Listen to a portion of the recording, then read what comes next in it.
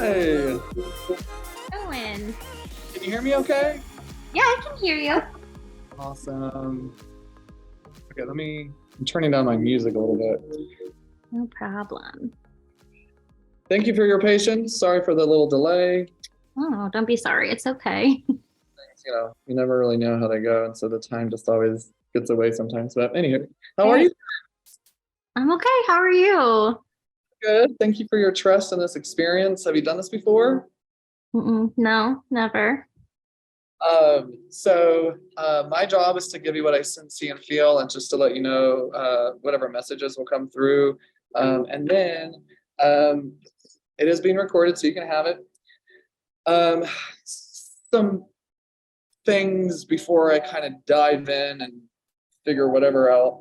Um, Whenever I connect to people's loved ones and energies, um, they sometimes will show me things that I don't understand. So I will ask you, how do you understand, or how do you connect to this? And then whatever that is.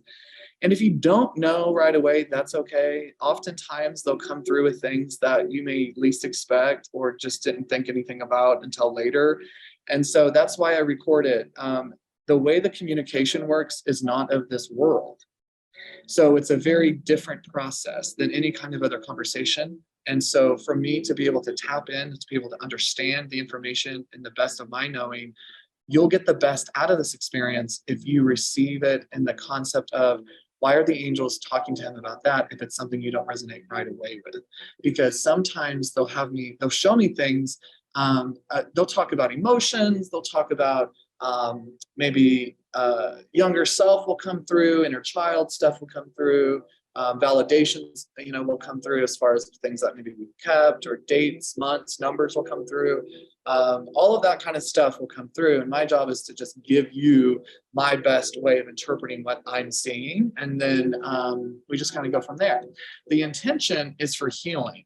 Okay, so I talk to people all day long, and what comes through is information that needs to be talked about in order for us to grow and to heal. And so oftentimes that's what will come through, always, actually. And so oftentimes we'll get connections from all sorts. So that you're saying, so, okay, okay, that's happening. Funny. I didn't hear what you said. What'd you say? It's happening because they're showing you that you're open to anything and everything you need to hear today.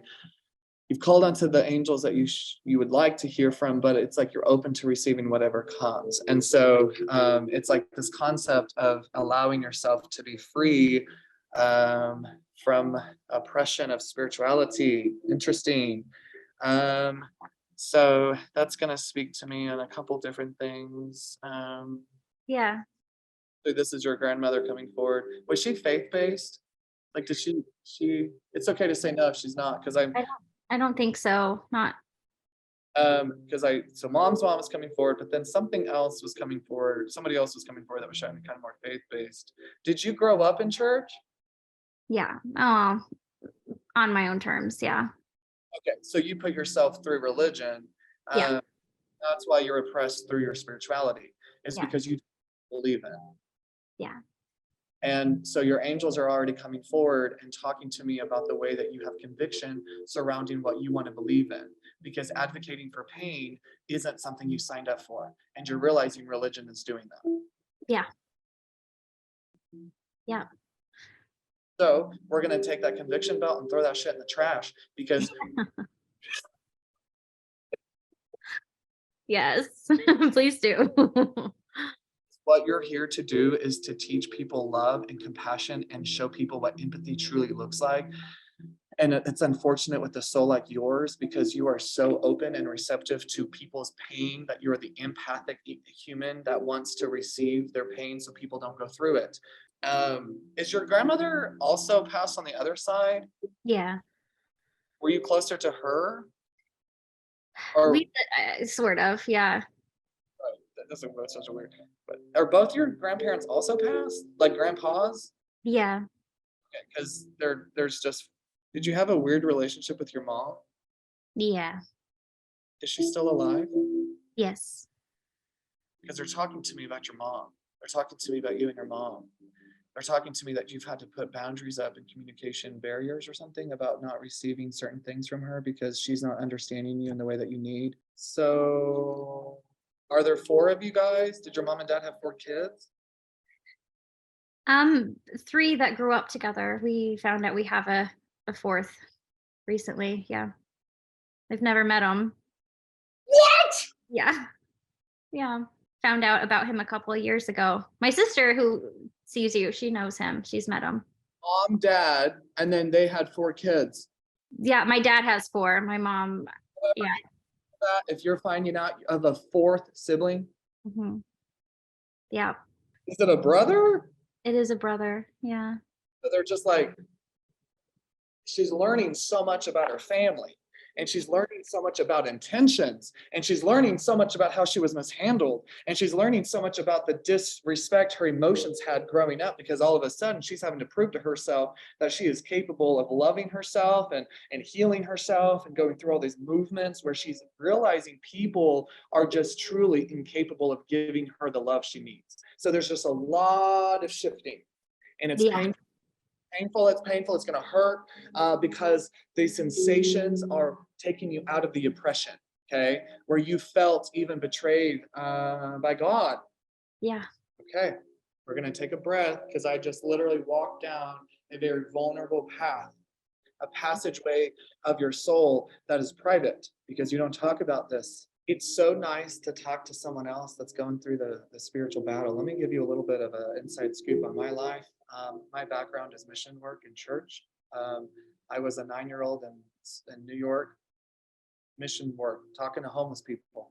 I was literally doing God's work. And now I'm still doing God's work.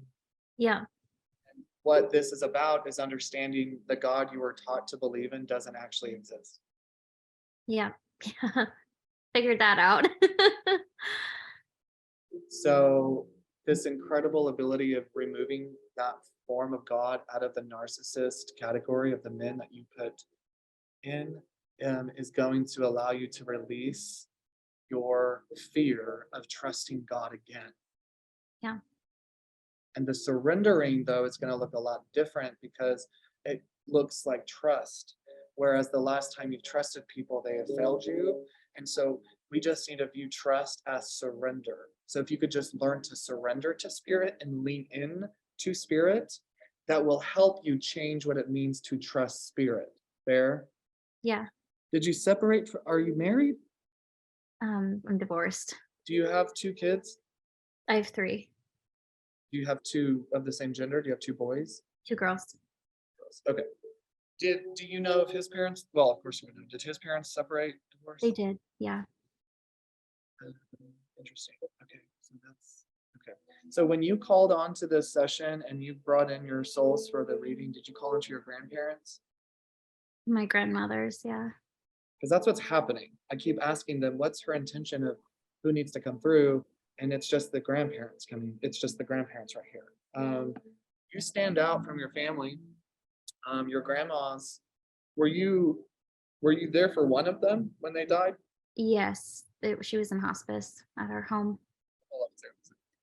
Because that's so. Was she incoherent when you told her it was okay to go? Like you said it was okay to go, and she was incoherent? Or was Yeah.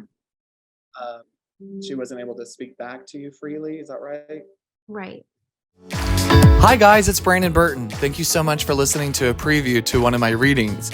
You can access the full episodes by going to readingswithbrandon.com/podcast. There you can subscribe and have instant access to past episodes and inner circle conversations, and I hope to see you there.